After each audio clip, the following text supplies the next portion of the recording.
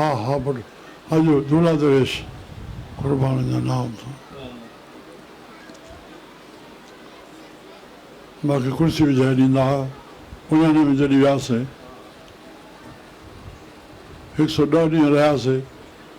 कुल मिलाए 11 भेरा मां लाड़की सां वियुमि। ॾींहं को बजे हिकु ई भेरो थियो जेको मोकिलाइण हुयुमि, बाक़ी सभु राति जो पुॼी सुबुह जो मोटींदासीं। मां वेठो आहियां ॿाहिरि कोठे ते साईं जन जो संदुर, अंदरि कमिरो, उन में साम्हूं सचे साईं तस्वीर लॻियल हुई। ॿुधाई न मां ॻाल्हि। मां जे हीअं ॾिठो त चई विधऊं, ॿुधायो न ॻाल्हि सभिनी खे। चई वणे थो इहो फोटो? अड़े मारे अड़े बसि ठीकु आहे न, हाणे उते वञे लाया नानी मूर्ति लाया इहे साईं कीअं मां त दर्शन पियो कयां। चवनि बसि तव्हां वणी वई आहे, बसि तव्हां। अरे मां वटि छोकिरियूं कंद कोड़ी जी ठाहे ॾेई वई आहे, ज़रिए सां भरियल आहे। हा वरी उहो ठाहे ॾेई वेंदी, मां चवणी देरि ॻाल्हि कहिड़ी आहे, न हे त खणी वञो।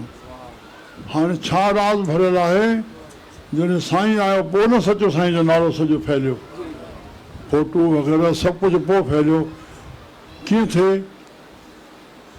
ज़मीन वरितीसीं राजा साईं गॾिजी करे हुते दिल्ली में, त उते 3 कमरा ठाहियूं। चलो ईअं ऑफिस, आस्थान ऐं स्टोर रूम रोटी जे लाइ, रोटी वारो करणु, बसि एतिरो ई सभु, ॿियो कुझु न ठहियल हो। त इहा तस्वीर हितां मां खणी वियुमि, उते संदुर ते स्थापना कईसीं।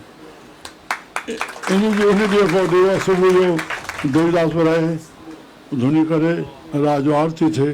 अरे मां चयो काॾे संत सोचे विधो आहे, न हल्की ॻाल्हि न आहे। हिकु नई शइ भारत में बर्पा पए थी। मां चई इअं कीअं चई विधो, तव्हांखे वणे थी पई? अड़े कोई पुछण सां छा करणो, कुर्बान जा संत जो नाम। श्री राम दरेश थियो, दरेश थियो, दरेश थियो। जेकॾहिं बाबा पीउ में, हाणे पुट जी बि ॻाल्हि ॿुधाए विझनि निकिती आहे, पीउ में जेकॾहिं एॾी कुर्बानी हुई, बसि हीअं लूंगी में जेके 11 भेरा ॾिठुमि एसि ताईं लूंगी, हेठि बि ईअं मथे बि ईअं, ज़ाइफ़नि जी भीड़ बीठी आहे। हा ॾस पथे जी, बसि पाण सुम्ही पिया आहिनि, बसि ॾस पथो हले थो। साईं जॾहिं उद्घाटन करणु आया, हेठि बेसमेंट में रोटी खाऊं वेठा, मूंखे चवंदा ॾाॾे जो फ़ोन आयो आहे रूप जो, ॿुधण जहिड़ी ॻाल्हि आहे। त हिकिड़ो ग़रीब कन्या जे लाइ आयो, विहांउ जे लाइ। त राजा जेको पंहिंजे पढ़ने जो सामान मिलियल होसि, उहो सभु जो सभु हुनखे ॾिवाए छॾियो ऐं पाण तॾो खणी विछाए करे उन कमरे में सुम्हियो। साईं त साईं मथां नथा, चई मां ॾाॾे खे चयो तोखे इहो ई ॿुधाइणो हो, मूंखे चई हाणे पाण वेठा आहियूं, तोखे इहो ई ॿुधाइणो हो। अड़े सखर खां टपड़ घुराए करे उहो बाक़ाइदे कमरे में लॻाए करे, धन हुयो त ॾिनो न सम्झियो। साईं जो जेको लॻाए करे उन पलंग ते सुवाए, पोइ मां फ़ोन करियां कि इहो फ़ोन कयो त तॾहिं थो सुम्हियां। अड़े सोचे न सघंदा इहे ॻाल्हियूं। पोइ तुंहिंजो भेणी हुई त रहियो न रमेश, 14 महीना रहियो। उन जो साईं इन घटना में असां उते ख़ुदि हुयासीं। हा हुन त सॼी ॻाल्हि ॿुधी, भई कीअं घटना में हुयो।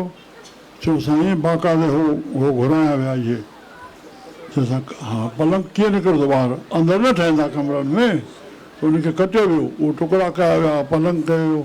उन भाई खे चयो ट्रक खणी ट्रक वठी आओ, ट्रक वठी आओ, पूरे जो पूरो सामान कमरे जो उन सभु खमाए करे जेकी कुझु मिलियो होसि उनमें रवानो कयो। ऐसा भी होता है। राम राम राम, धन्यवाद धन्यवाद राजा साईं, जय सखी बाबा। हाणे